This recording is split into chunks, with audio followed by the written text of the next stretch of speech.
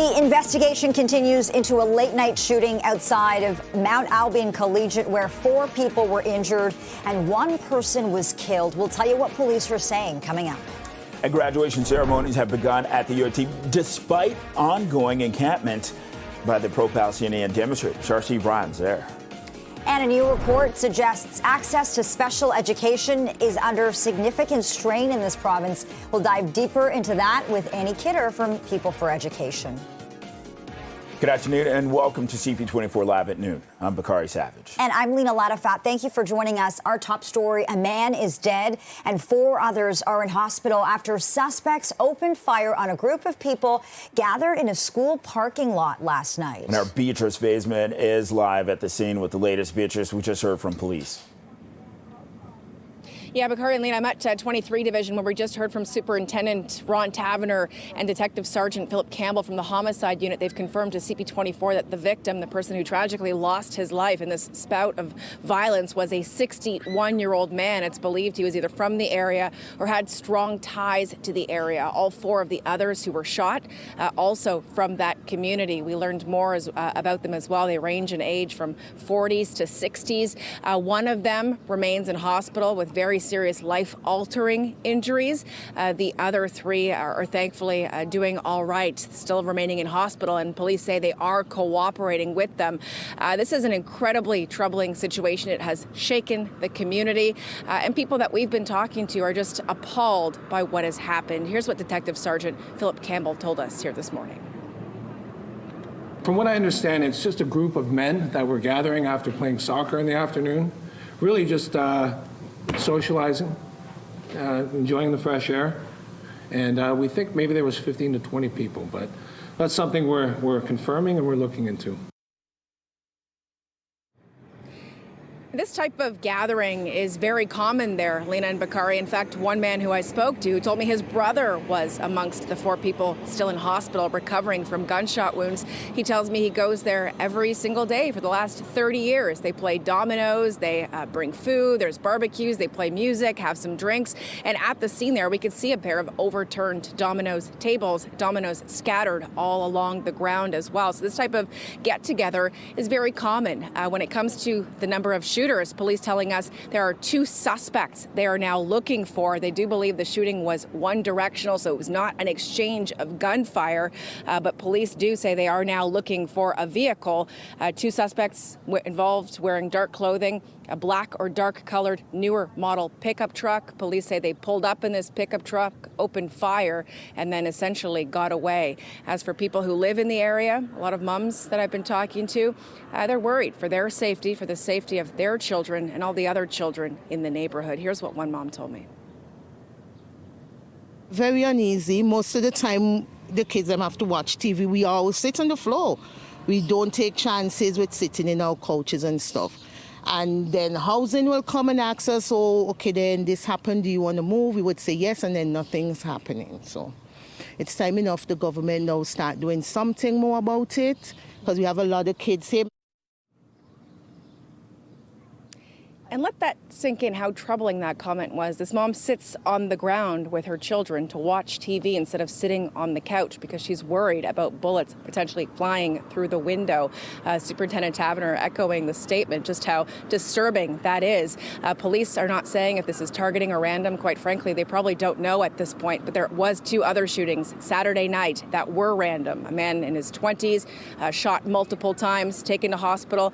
That same night, a 14-year-old boy also shot, both of them completely innocent, random shootings. And so now police are trying to find out if this was another instance of random gun violence. But an awful situation here in Rexdale. Lena and Bakari. Yeah, awful indeed. Beatrice Vaisman reporting live in Etobicoke. Thanks, Beatrice. And Mayor Olivia Chow was asked about the gun violence this morning.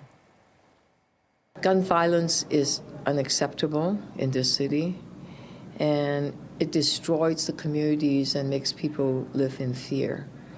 We need to get guns out of our street, and we will do what we can as a city to do so. And if there are people that have seen and have ideas on how we could create a safer city, let me know. The investigation continues into a Brampton shooting. It's entertained a hospital with life-threatening injuries. This happened just after 5 in the evening yesterday near Queen Street and Chinguacousy Road. Paramedics tell CP24 that the victim is a 16-year-old boy. No suspect information has been released just yet. The circumstances leading up to the shooting, they're not known at this time. Well, convocation ceremonies for graduating University of Toronto students are set to begin today. This is amid the backdrop of a pro-Palestinian encampment on campus. More than 30 ceremonies are scheduled to take place through June 21st. The university says all events will proceed as planned with increased precautions in place. A judge has scheduled a court hearing for June 19th and 20th to hear the university's application for an injunction which would see the encampment removed. That means that the encampment is going to stay for most of the convocation ceremonies. The judge says that it's the earliest that the application can be heard in order to afford the respondents a fair opportunity to respond to the application. And representatives from several Jewish organizations held a press conference this morning as they seek intervenor status in the injunction case against the encampment at the University of Toronto. Every U of T community member should feel safe and be free from harassment and intimidation on campus, and Jewish students, faculty, and staff are no exception. The encampment has continued to fuel hateful rhetoric, intolerance, and extremism, and shows no sign of abating in this regard. Time's running out to avoid a strike which would stall transit all throughout Toronto. More than 11,000 TTC workers could walk off the job Friday. It's been part of last week holding so-called practice pickets. The union representing operators, collectors, station staff, and other frontline employees say that it wants to see improvements to wages, pensions, and job security. It's warned of a total disruption of service if a deal is not reached. The TTC says that talks at the bargaining table remain ongoing. And ATU Local 113 President Marvin Alford says that the sides remain apart on several key issues. We've made some progress, but nothing crystallized in writing in order to have some sort of sustainability for our workforce, our members going forward. It's very important with all the threats to their well-being and long-standing opportunities to be able to provide for themselves and their families. We have a mandate of trying to have job security, benefits, and wages for our members, and has yet to be addressed. Alfred says that the union remains at the bargaining table and is committed to getting a deal ahead of the strike deadline. Well, Air Canada is ramping up its flights to India this year, including new nonstop service from Toronto to Mumbai. The airline says the flights will run 4 times a week starting in late October. There will also be daily flights added between Montreal and Delhi. Daily seasonal trips from Calgary to Delhi with a stopover in London will also start beginning this fall. And airfares are likely going to increase in the near future. That's the word from the International Air Transport Association, which held its annual meeting today in Dubai. Industry leaders say costs like jet fuel and overall global inflation are going to push ticket prices even higher. Carriers are also keeping older planes in use for longer due to a slow return to aircraft production post-pandemic. And Canadian Music Week has been acquired by Loft Entertainment and Oakview Group. In a news release out today, the company say that the strategic move marks a significant milestone in the expansion of their footprints in the entertainment and live event sectors.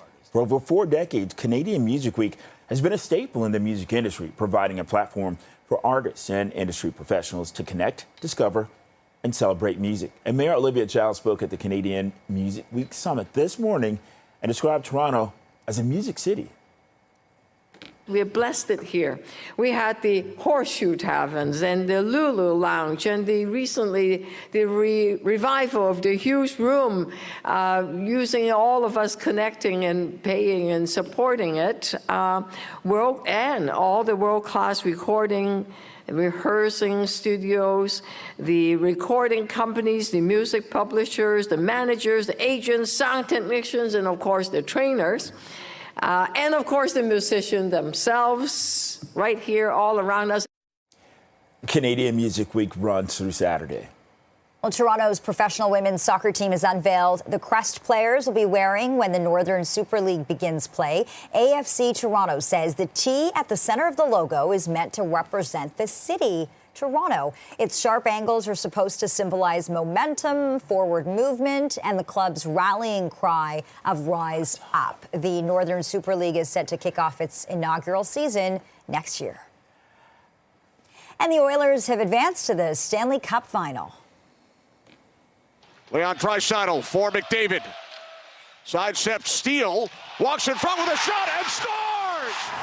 Edmonton scored twice on the power play in the first period of Game 6 last night against the Stars. Connor McDavid opened the scoring before setting up Zach Hyman for the league-leading 14th goal of the playoffs. McDavid has 31 points in the postseason and has only been held off the score sheet 4 times in 18 games. The Oilers beat the Stars 2-1 to win the series in 6 games. Game 1 of the Stanley Cup final, that's Saturday night in Florida. Well, right now it's 12:10, 19 degrees, but it's feeling like 25 outside. So we got to check on traffic, because things are sticky. Get it? Yeah. Sticky. It's Azalea Hart keeping a close eye on that. Hey, Azalea. Hey, things are very sticky right now, especially on the westbound Gardiner. Let's take a look at the cameras. This is what's going on right now. It is moving very slowly. We're seeing very heavy volume from Lower Simcoe all the way to Parkside. I expect this to take about 30 minutes at this time. You may want to take Lakeshore around this slowdown. That's probably your best bet at this time. And then on the DVP, it's moving well, but it slows down approaching Eglinton to Lawrence. On the main roads, out of camera view, there's actually a police investigation ongoing today. Mount Olive Drive closed between Kipling, Silverstone Drive, just north of Finch. That's what's going on the roads right now. Back to you. All right, Azalea, thanks so much. Coming up next on CP24 Live at Noon, CTV public safety analyst Chris Lewis will join us to talk about the gun violence that we saw across the GTHA just yesterday. That conversation coming up. Welcome back. If you've been watching our newscasts, you've heard us report about a pretty staggering rash of shootings all over the GTHA. 4 of them yesterday alone, with triple shootings in Bowmanville and Hamilton, a teen shot in Brampton, and of course the Etobicoke shooting late last night where 5 people were shot, 1 fatally. CTV's public safety analyst and former OPP commissioner Chris Lewis joins us live now. Chris, thanks for joining us. We routinely see gun crime increase in the summer. Let's start there. Why is that, Chris? I really think the summertime is more likely to see gun violence given the number of people that are outdoors. People, for example, in school parking lots or in parks or walking the streets outside of clubs, things like that, tend to attract more of an opportunity for people to shoot other people. Generally speaking, not necessarily just random shootings like some of the multiple shootings we've seen in the States, but many gang related because people are easier targets when they're out walking the streets. Right. Chris, 3 of 4 of yesterday's shootings involved more than 1 victim. In several cases, multiple victims. What does that say to you that a suspect or suspects is brazen enough to open fire into a group of people? As we just heard in Rexdale, it was a group of about 15 people playing soccer. Well, the brazenness is very concerning, obviously. Any gun violence is concerning to a community, but the number of gun attacks this weekend, the brazenness of them all, really sends a strong message to me that these are gang related in some way, shape, or form for the most part. I think that the fact that they are so outwardly not afraid of being caught right at the time, they still must be afraid of being identified. And I'm sure a lot of the victims or other witnesses in these cases will help police. They will identify people, or at very least the motives. And through intelligence gathering, other investigative means, police will track down who did this. I'm confident of that. And how do you know that for sure, Chris? Why are you confident about that? It's the nature of the beast. It's, if you or I were just to walk in and shoot somebody we don't know, don't have a grudge against, nobody knows us in the community far away, we're more likely to get away with it than when gangs are shooting other gang members or people are targeting people for some criminal reason as opposed to just a random shooting. Somebody knows something. And in order for this to really for the perpetrators to be caught, somebody needs to speak up and help police. Somebody will, either because they just want to or because they'll get caught for something else. They'll try and patch a deal with police. I can tell you who shoot this person if you'll help me on this charge, etc. It happens all the time. And police probably already have a good idea who did it. They're not saying that yet, but they will make arrests at some point. Chris, geographically speaking, these shootings were spanned from Durham region to Hamilton. They were all over the GTHA. What do you think that says about the current fight against gun violence in the GTA? Well, it's ongoing. I mean, I hate to say it because it's awful that any of it happens, but it could be worse. Routinely in Chicago, every weekend, 20, 30 people are shot through gang violence. And Chicago isn't that much bigger, if at all, than the GTA. What it says to me as well is the continual flow of illegal guns from the U.S. into Canada is really behind a lot of the ability, at least, to carry out these violent acts. And police need to keep doing what they're doing. The feds need to belly up to the bar even more in terms of border security, not just cars going out, but guns coming in. It's all important. Of course, we talk about CBSA and potential contract disputes. All of that fits into the big picture of the ability of bad people to get bad guns into this country and risk public and officer safety. And do police services in jurisdictions track these sorts of big crime events in other regions? And how bad do things have to get before we see them perhaps take their response to the next level? Yeah, I'm not really sure what that next level is. I mean, ultimately, police departments communicate very well in this country. In Ontario and the GTA, all the services communicate through shared intelligence databases, through intelligence officers, through homicide units, and more. It's a continual exchange of information because who's doing something in Peel may be the person that's doing it in downtown Toronto the next day. So they have to talk, and they do. But, you know, as we heard Superintendent Taverner say, resources are what they are, and it's tough to keep track of all of these things, work on them all at once while responding to other calls and trying to keep communities safe. But they will pull it together, they will make arrests, but more will happen undoubtedly before it's over. I want to talk about how frustrating this might be for the police service, the force. We just heard from Superintendent Taverner. He talked about the 5 people that were shot in Etobicoke last night, and he seemed frustrated by the number of shootings in Etobicoke over the entire weekend. What does that got to feel like as a top police official who is not able to point to any solutions when these things happen? The community is overwhelmed. They're looking for answers. And at this point, you know, police aren't able to come up with too many answers. Well, police leaders, police members of all ranks at every community want the best thing for their community. They don't want this to happen. They just as soon not ever get a call for service because it's all been prevented, nothing's happening, etc. That's not reality. So they respond as the best they can with the resources they have. They conduct investigations and gather intelligence and look for sources and gather video and do all that stuff to the best of their ability. And when another one happens, it's so frustrating. It's disappointing for them, and they worry about the public, and they worry about their own safety because, you know, every one of these shootings is maybe seconds away from police arriving at the wrong time or too quickly and ultimately engaging in gunfire and then potential loss of life either way. So it is frustrating, but they're trying their best, and they're doing so 24/7 very bravely and as hard as they can. Okay, CTV's public safety analyst Chris Lewis, thanks so much for your insights. We certainly appreciate this. Thank you. And coming up next on CP24 Live at noon, Annie Kidder, Executive Director of People for Education, is standing by to break down a new report on access to special education in the province. Stay with us. Welcome back. A new report suggests access to special education is under strain in the province. Perhaps even more concerning, the People for Education report finds principals at schools with staffing crunches were more likely to recommend students with special needs stay home. And right now we're sitting down with Annie Kidder, Executive Director of People for Education, to break down this report. Ms. Kidder, what's going on in schools where principals are asking children with special needs to stay home?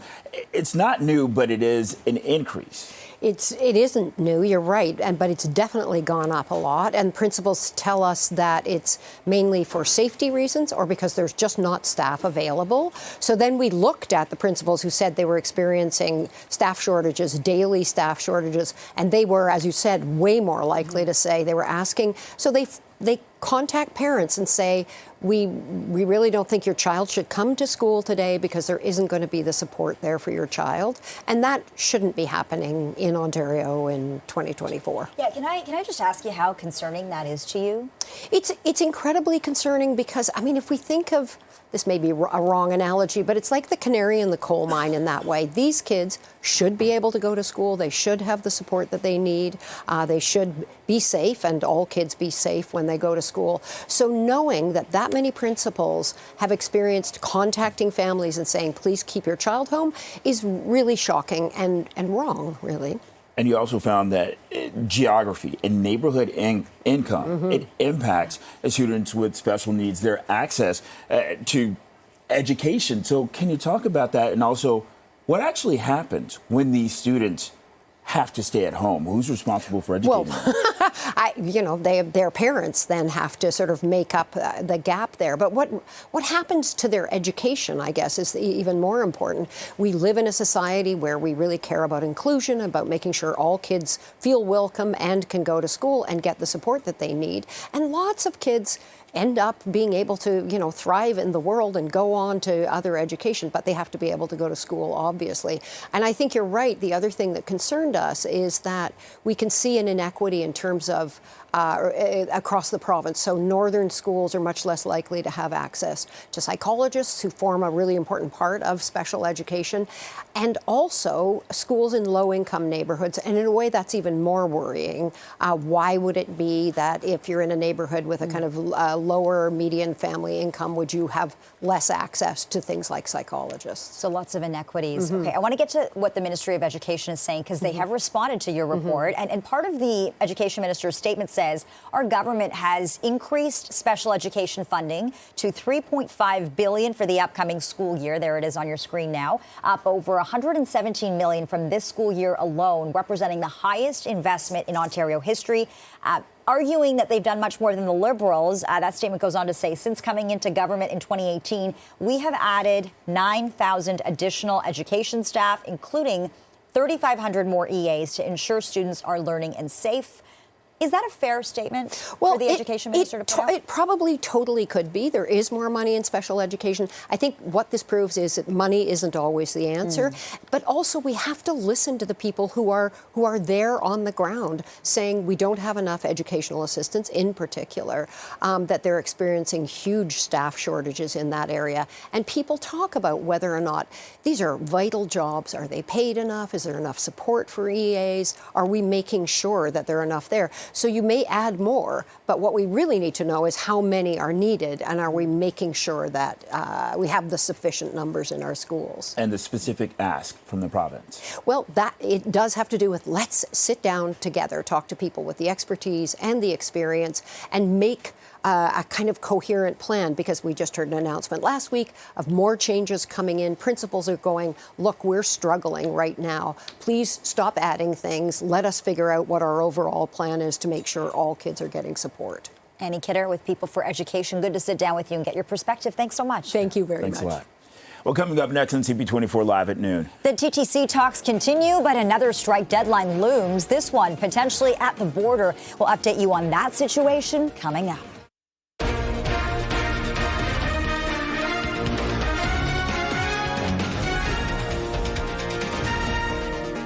It appears the weekend didn't yield any movement in the talks between the TTC and workers who are set to strike this Friday. We'll have an update coming up.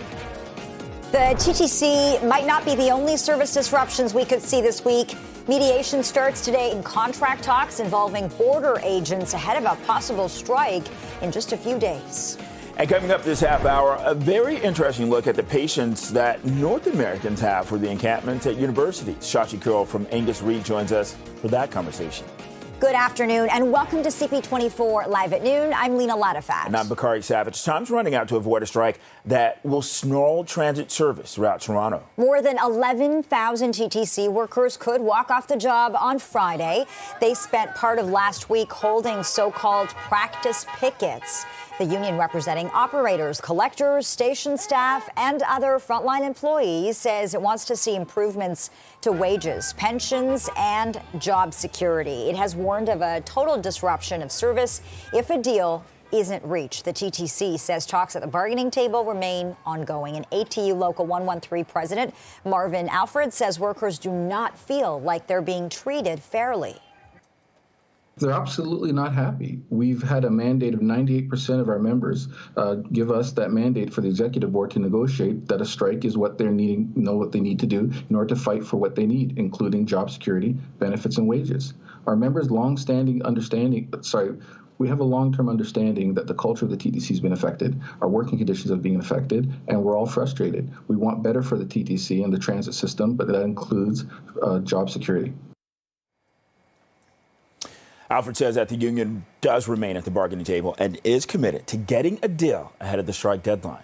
Well, mediation begins today as a Canada Border Services Agency strike looms. That one on Thursday. The contract talks involve more than 9,000 Public Service Alliance of Canada members who work for the CBSA, including border guards.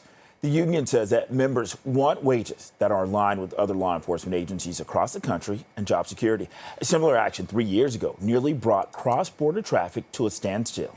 Ian Lee is an associate professor at the Sprott Business School. He joined us live and says there is a lot at stake if these border guards strike.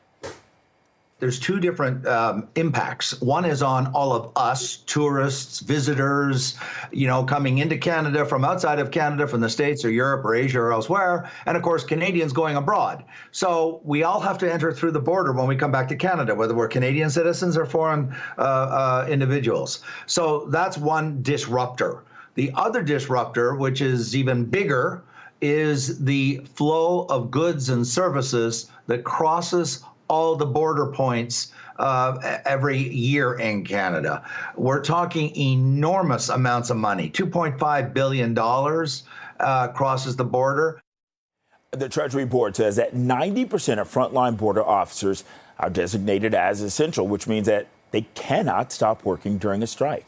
Well, unionized pilots with Air Canada want a third party to step in to try to help them reach a deal with the airline. Their contract expired in September, and at that time, the pilots demonstrated at Pearson Airport for a fair deal. The union plans to ask a federal conciliator to assist in stalled negotiations with the airline. The two sides are apparently still far apart despite a year of contract talks, including close to 6 months of voluntary mediation. Air Canada said in a statement that it does remain committed to achieving a fair negotiated agreement. Airfares are likely going to increase in the near future. That's the word from the International Air Transport Association, which held its annual meeting in Dubai today.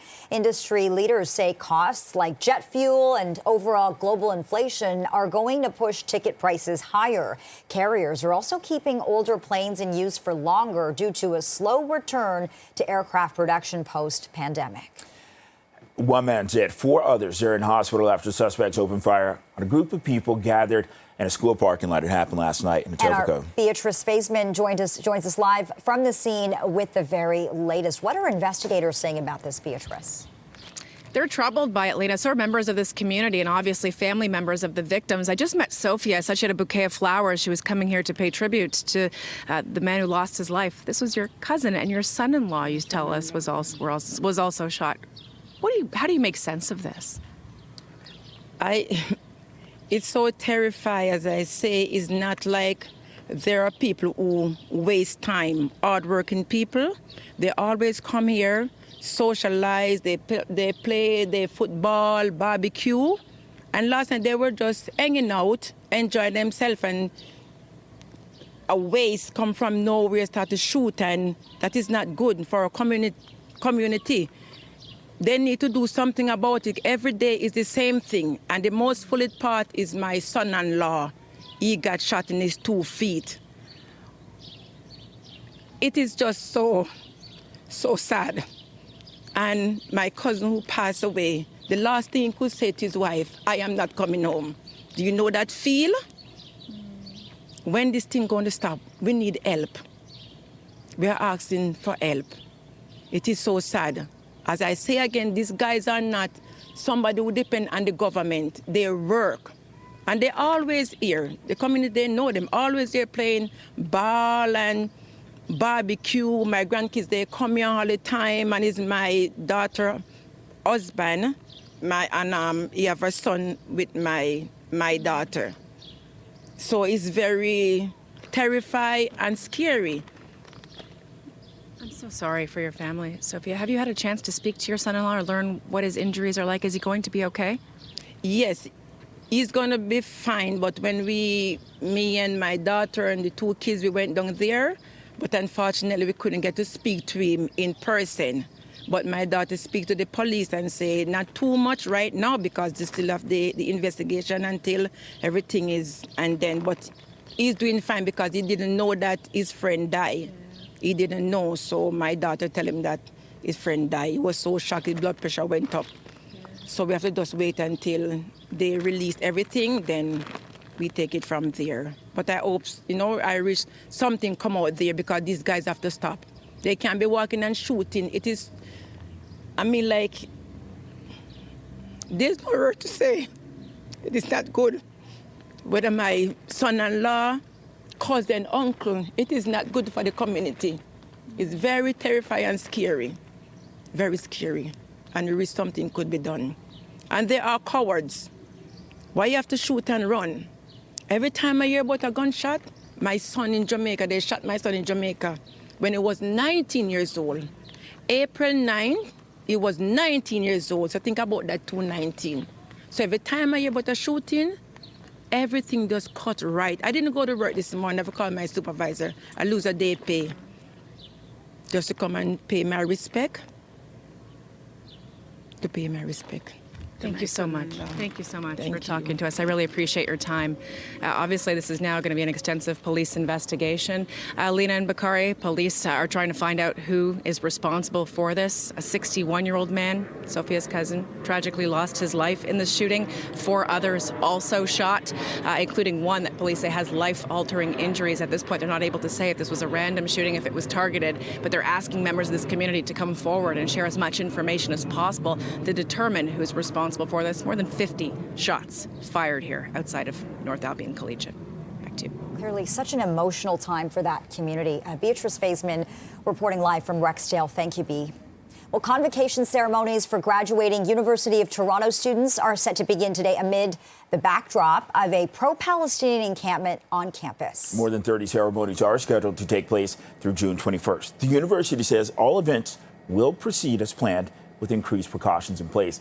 A judge has scheduled a court hearing for June 19th and 20th to hear the university's application for an injunction, which would see the encampment removed. That means that the encampment will stay for most of the convocation ceremonies. The judge says that it's the earliest that the application can be heard in order to afford the respondent a fair opportunity to respond to the application. Representatives from several Jewish organizations held a press conference this morning as they seek intervenor status in the injunction case against the encampment at the University of Toronto. As convocation ceremonies and festivities begin, graduates will have to contend with the potential for disruptions, harassment, and the threat of non-peaceful protest located mere steps from Convocation Hall. Sadly, these are the same students who lost their high school graduations to COVID-19 restrictions. Rogue and fringe actors should not and cannot be permitted to dampen such a momentous occasion in a student's journey. Also making news, Ontario's fiscal watchdog is reviewing the deal the Ford government made to move some Service Ontario kiosks into Staples locations. Opposition parties have criticized the province for a lack of transparency around the sole source contract. The Financial Accountability Office says it will compare the costs and benefits of the agreement with the alternative of continuing contracts with independent private operators. The province has said it was able to sole source the deal because it was for a pilot project. The FAO anticipates its report could be completed early next year. And the Blue Jays return to action today when they kick off their series with the Baltimore Orioles at Rogers Center. And he drills it up the alley in right center. Schneider is in to score. The Blue Jays wrapped up their series against the Pittsburgh Pirates this afternoon. The Jays were down early but took the lead in the 5th inning to seal a 5-4 victory. The first pitch for tonight's game is set for just after 7 p.m. Well, Scotland's Robert McIntyre has claimed his first PGA Tour title at the RBC Canadian Open.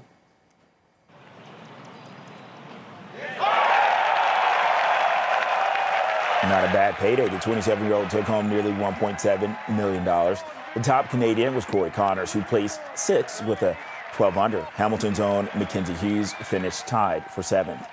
Had a special experience for one fan yesterday at the Canadian Open. Paul Emerson was called into action to carry the bag for Taiwan's CT Pan. This is after the 32-year-old's caddy was injured in a fall on the course. Emerson took charge of the bag for 2 holes before a member of the caddy services team stepped in. All right, the Stanley Cup final is set. The Oilers and Panthers are going to meet in Game 1 on Saturday. For Edmonton, it's the first time in 18 years that they've had a chance at the Stanley Cup. The Panthers, they only had to wait one season. Joining us right now to discuss as John Viveros, host of Hot Take Hockey. So, John, Connor McDavid, let's start with that. Bakari, yes. Connor McDavid's first Stanley Cup final. And there's just so many cool storylines here. I think with Connor McDavid, just the run that he's had, and I think this is a cool opportunity for him to really put his name in the record books. I mean, he's got 31 points in this playoff run, and the record for points in a single playoff run is Wayne Gretzky with the Oilers, 47. So is it possible that Connor McDavid could put 17 points on the board in a 7-game series? I mean, we'll see. But I do think that he showed last night in Game 6 against the Dallas Stars to mark the victory and get them to the Stanley Cup final with that all-time goal. So I think McDavid, he's really showing his confidence in this run and getting deeper. So you look at Connor McDavid, leading point getter. You look at Leon Draisaitl, his buddy, 10 goals on the board. Zach Hyman leading the league in the playoffs with 14 goals. So, I mean, Bakari, the Edmonton Oilers are a lot of fun right now, and if they can figure out their defense group, the goaltending, Stuart Skinner can play the way he did the last couple of games in that conference final. I mean, Canada could be excited to see that 31-year cup drought finally snapped. Okay, so speaking of